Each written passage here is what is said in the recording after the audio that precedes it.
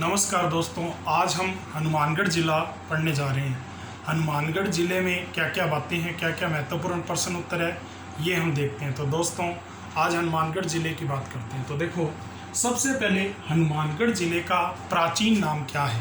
तो हनुमानगढ़ ज़िले का प्राचीन नाम है भटनेर। आप सबने सुना होगा, हनुमानगढ़ ज़िले का प्राचीन नाम है भटनेर।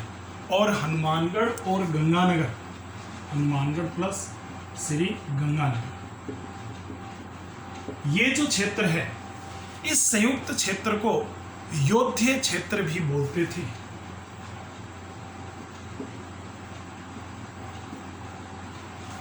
योध्य क्षेत्र। तो देखो कि जो योध्य क्षेत्र है, इसका क्या अर्थ है? योध्य क्षेत्र का अर्थ होता है जहां पर एक लड़ाकू जाति रहती थी जिसका नाम था योध्य। लड़ाई करते थे, इसलिए योद्धा से योध्य जाति बनी और ये यहाँ निवास करती थी। और इसी निवास के कारण इस क्षेत्र को योध्य क्षेत्र कहा जाने लगा। ठीक है दोस्तों, ये बात आप समझ गए होंगे। तो हनुमानगढ़ जिले का प्राचीन नाम क्या है? भटनेर। अब देखो कि हनुमानगढ़ जिले का निर्माण कब हुआ, यानी कि हनुमानगढ़ जिला कब बना। तो देखो, हनुमानगढ़ जिले का गठन, तारीख बहुत इंपॉर्टेंट है, कई बार परीक्षाओं में पूछी गई है, तो आप सबको याद भी होगी।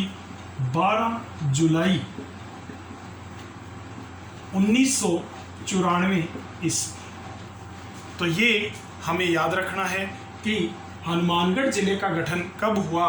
12 जुलाई 1994 को। ठीक है दोस्तों, अब देखो इसके बाद ये राजस्थान का 31वां जिला बना। कौन सा जिला बना? 31वां जिला बना। ठीक है दोस्तों, अब इसके बाद हम बात करते हैं गठन के बाद अगली बात, हनुमानगढ़ जिले के उपनाम क्या है? यहाँ पर सभ्यताएं बहुत ज़्यादा विकसित हुई हैं, इसीलिए यहाँ पर जो प्राचीन समय में सभ्यताएं थी उनकी बात की जाती है, तो उन्हीं के नाम पर इसका नाम भी पड़ा है। तो देखो, सभ्यता का पालना, ठीक है, ये इसको बोलते हैं, या सभ्यता का पालना स्थल या सभ्यता की भूमि, ऐसा भी बोल देते हैं। तो यहाँ पर अत्यधिक सभ्यताएं मिली हैं, जैसे कि सबसे पहले आप सबने सुना होगा कि कालीबंगा सभ्यता, हम पीछे पढ़ भी चुके हैं। कालीबंगा सभ्यता, काले रंग की चूड़ियाँ मिली थी यहाँ पर। कालीबंगा सभ्यता घग्गर नदी के किनारे पर स्थित, पहले प्राचीन समय में सरस्वती नदी पर स्थित। तो इस तरह से हम पीछे इसको डिटेल से पढ़ चुके हैं। अब देखो, कालीबंगा सभ्यता के बाद दूसरी सभ्यता यहीं पर स्थित है, पीलीबंगा। पीलीबंगा सभ्यता, ये भी इसी जिले में स्थित है। फिर देखो, तीसरी है पल्लू,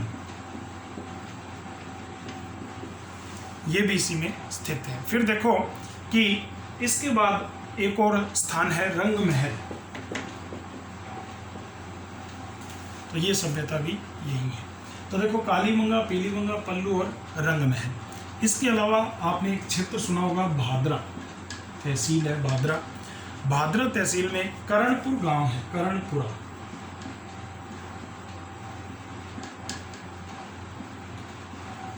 इस करणपुरा गांव के अंदर भी हड़प्पा से भी पुरानी, किससे?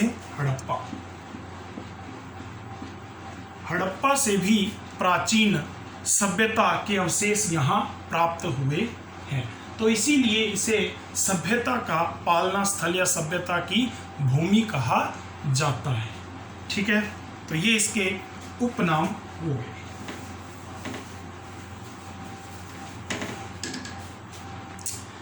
अब देखो, इसके बाद अगली बात करते हैं अपने हनुमानगढ़ में भटनेर दुर्ग। अभी मैंने आपको बताया भी कि इसका प्राचीन नाम भटनेर था, तो यहाँ पर एक भटनेर दुर्ग भी स्थित है। और इस भटनेर दुर्ग की स्थापना किसने की थी, ये प्रश्न बढ़ता है। तो यहाँ पर भाटी वंश थे। श्री कृष्ण की 90वीं पीढ़ी के अंदर एक व्यक्ति ने जन्म लिया था जिनका नाम था भाटी शासक भूपत। भाटी शासक कौन थे? भूपत थे। जो भाटी शासक भूपत थे, ये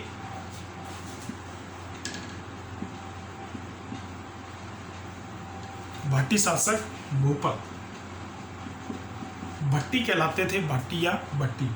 तो भाटी शासक भूपत थे, इन्होंने भटनेर दुर्ग का निर्माण किया था 288 ईस्वी में। अब ये अलग अलग सन मिलते हैं, कोई 285 बताता है, कोई 298, लेकिन इसका सही सन 288 ईस्वी बताया जाता है।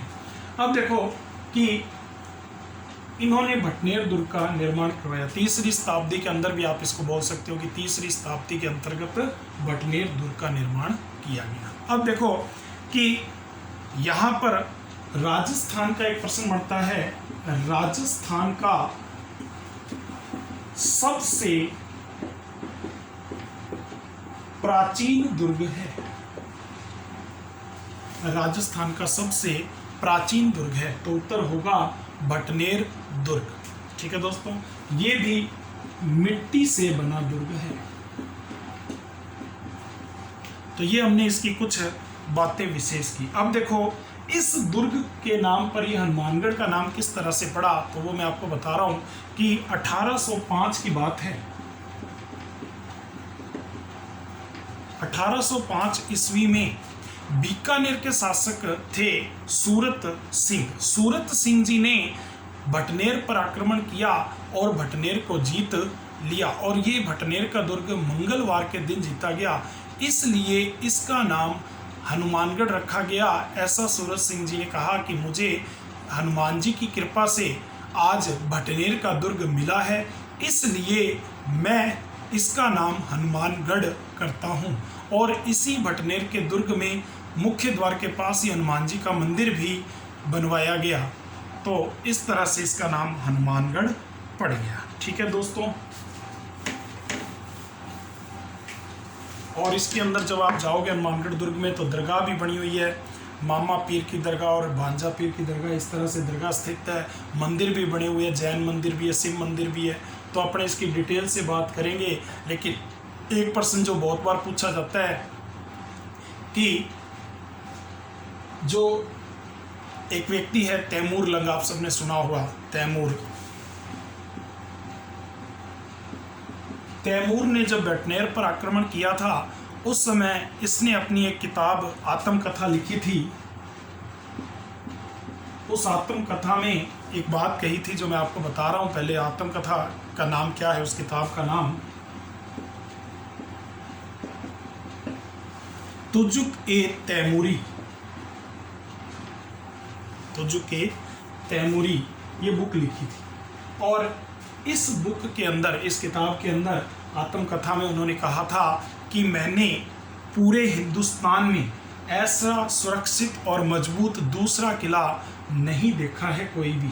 तो इस तरह से ये कथन जो इन्होंने कहा अपनी आत्मकथा में, ये कई परीक्षाओं में पूछा जा चुका है। ठीक है मित्रों, तो आप इस बात का ध्यान रखना। अब देखो इसके बाद कि भटनेर दुर्ग में एक और खास बात है, हिंदू और मुस्लिम महिलाओं दोनों ने जोहर किया था। हिंदू और मुस्लिम महिलाओं दोनों ने जोहर किया था। ठीक है दोस्तों, तो अब हम बात करते हैं कि यहाँ पर और क्या क्या चीज़ें प्रसिद्ध हैं।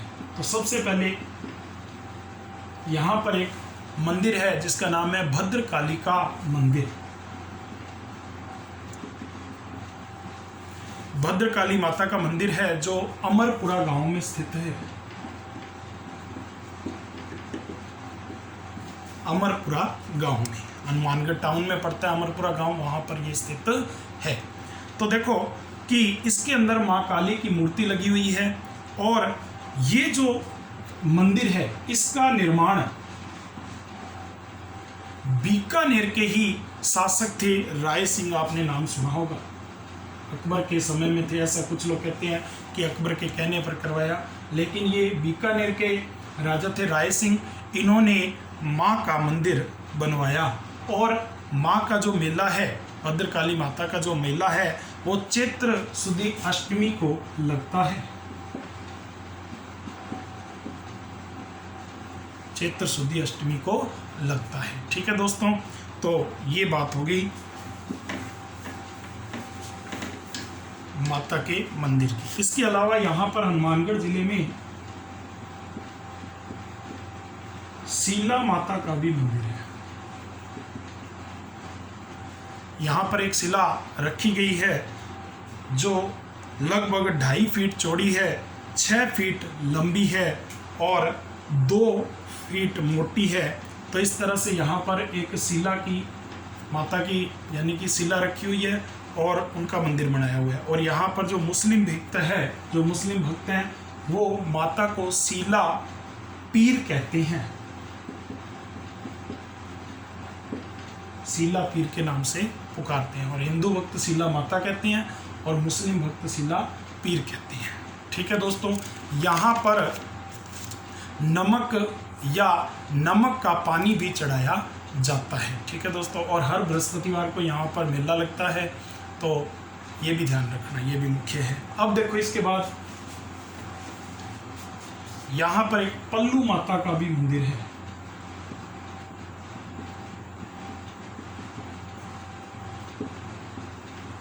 पल्लू क्षेत्र में, पल्लू गांव में, इसलिए इसका नाम पल्लू कह देते हैं। लेकिन अगर वास्तविक नाम पूछा जाए तो ब्रह्माणी माता का मंदिर है।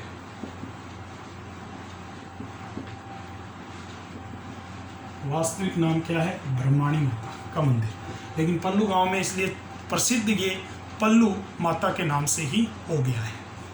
ठीक है, चैत्र शुक्ल अष्टमी को यहाँ भी मेला लगता है।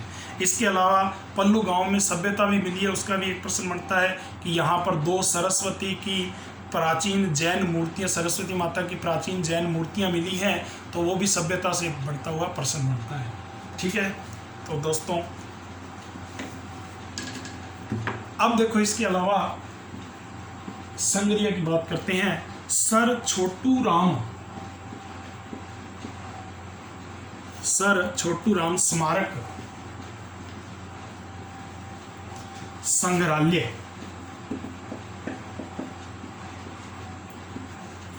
ये जो संग्रहालय है ये संग्रिया हनुमानगढ़ में स्थित है।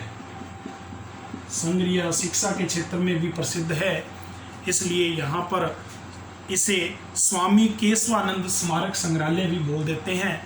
और यहाँ पर मिट्टी,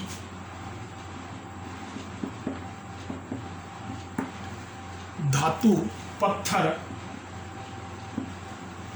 इन सब की मूर्तियाँ मिली हैं, प्राचीन सिक्के मिले हैं, यहाँ पर पुराने सिक्के मिले हैं, शिलालेख मिले हैं,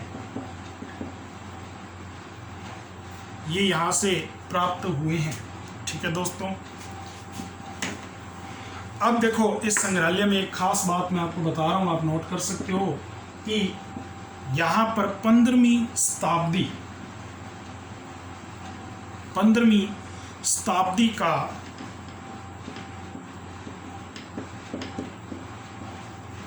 साढ़े 5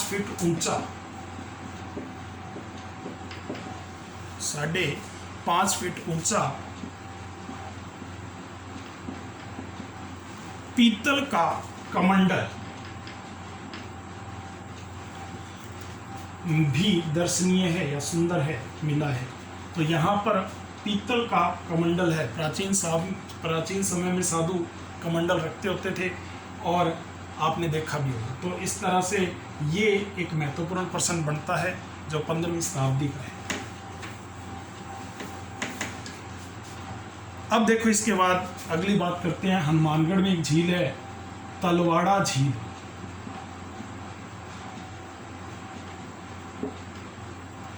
तलवाड़ा झील, ये जो तलवाड़ा झील है ये हनुमानगढ़ में टिब्बी तहसील में स्थित है। टिब्बी तहसील में स्थित है और ये घग्गर नदी द्वारा बनता है। घग्गर नदी जब राजस्थान में प्रवेश करती है तो ये यहाँ पर बनता है। अब देखो कि यहाँ पर एक प्रश्न बनता है, तलवाड़ा गांव में तलवाड़ा झील है, तो यह प्रश्न क्या है? यहाँ पर एक प्रश्न बनता है कि राजस्थान की सबसे नीची झील कौन सी है?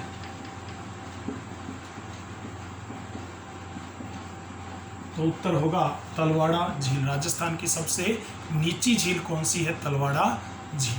ओके दोस्तों, अब देखो इसके बाद अगला प्रश्न क्या बनता है। हम बात करते हैं IGNP, इंदिरा गांधी नहर की।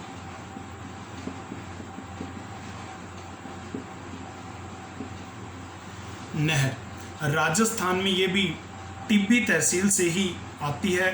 एक गांव है खारा खेड़ा गांव।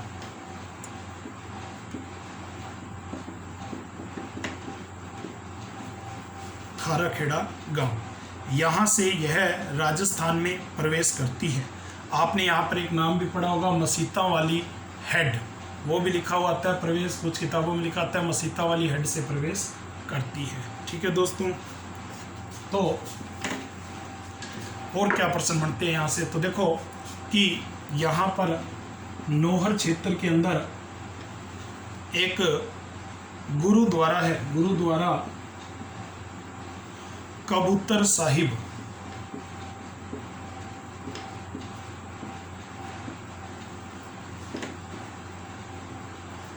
ये भी काफ़ी प्रसिद्ध है। इसकी प्रसिद्धि का कारण क्या है? सिखों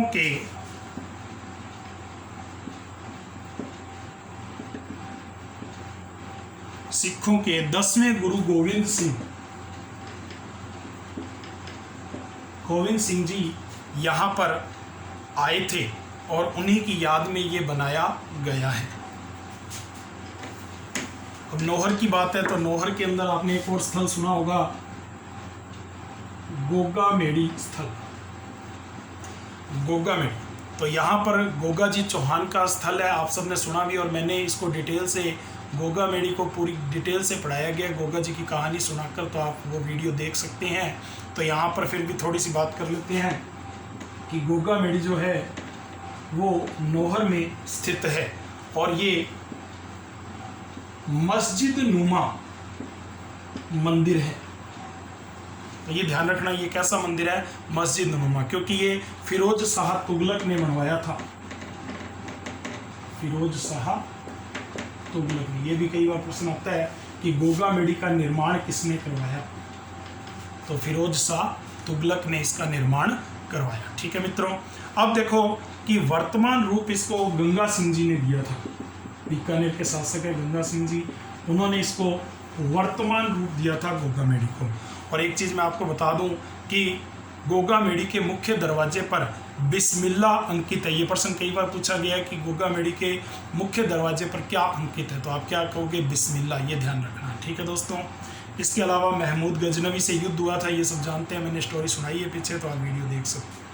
अब देखो कि गोरखनाथ जी का मंदिर, जो इनके गुरु हैं गोरखनाथ जी, उनका मंदिर भी नौहर में ही स्थित है। ठीक है, गोरख टीला भी बोल देते हैं। अब देखो इसके बाद अपने आगे बात करते हैं। यहाँ पर एक और गुरुद्वारा है, तो वो कौन सा है? तो देखो गुरुद्वारा सुखा सिंह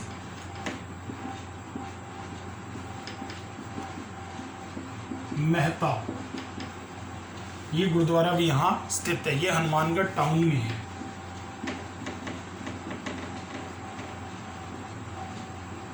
ये भी आप ध्यान रखना। तो ये सिखों का स्थल है, यहाँ पर आप गुरुद्वारा सिख धर्म से संबंधित है, ये सब आप जानते होंगे। ठीक है दोस्तों, तो यहाँ पर ये सारे प्रश्न तैयार है। अब इसके अलावा और मुख्य तथ्य यहाँ पे क्या है? तो देखो खेल का सामान जो है सर्वाधिक है वो हनुमानगढ़ जिले में निर्माण होता है, राजस्थान में। तो ये प्रश्न कई बार पूछा जाता है कि खेल का सामान सर्वाधिक कहाँ निर्माण होता है, तो आप उत्तर दोगे हनुमानगढ़ जिला। अब देखो इसके अलावा अपने और क्या क्या यहाँ पर मुख्य प्रश्न बनते हैं। तो देखो कि यहाँ पर एक और प्रश्न आता है कि हनुमानगढ़ में एक बार बाढ़ आई थी 1995 में। तो ये भी आप ध्यान रखना, क्यों आई थी? क्योंकि घग्गर नदी का जो स्थल है, जैसे घग्गर नदी है तो उसके नीचे पेटे में स्थित है, यानी कि घग्गर नदी से नीचे एक स्थान स्थित है जिसका नाम है हनुमानगढ़ जंक्शन। और हनुमानगढ़ जंक्शन में, यानी कि हनुमानगढ़ में 1995 में बाढ़ आई थी, ऐसा बताया जाता है और आपने पढ़ा भी होगा। तो ये ध्यान रखना, कई बार प्रश्न पूछ लेते हैं कि घग्गर नदी के पेटे से भी नीचे स्थान स्थित है, तो उत्तर होगा हनुमानगढ़ जिला। इसीलिए घग्गर नदी को राजस्थान का शोक भी कहते हैं। ये प्रश्न कई बार आता है, राजस्थान का शोक मतलब दुख किस नदी को कहते हैं, तो उत्तर होगा घग्गर। ठीक है, अब देखो इसके अलावा और यहाँ पर क्या क्या प्रश्न बनते हैं। तो देखो कि इसके अगर भौतिक प्रदेश देखा जाए तो पंजाब और हरियाणा दोनों राज्य इसके साथ सीमा बनाते हैं। ठीक है, और ये बीकानेर संभाग के अंतर्गत हनुमानगढ़ जिला आता है। ठीक है, तो दोस्तों अगर आपको ये हनुमानगढ़ जिला की जानकारी के बारे में अच्छा लगा हो तो आप इसको मेरे चैनल को सब्सक्राइब कर सकते हो। ये हम फ्री में पढ़ा रहे हैं। ठीक है दोस्तों, और हमारी कोचिंग श्री आदित्य जो चलती है, ये भी यहाँ पर निःशुल्क कार्यक्रम चलता है, निःशुल्क पढ़ाया जाता है। ठीक है मित्रों, तो आपको जानकारी अच्छी लगी हो तो इसे शेयर कर देना, लाइक कर देना। धन्यवाद दोस्तों।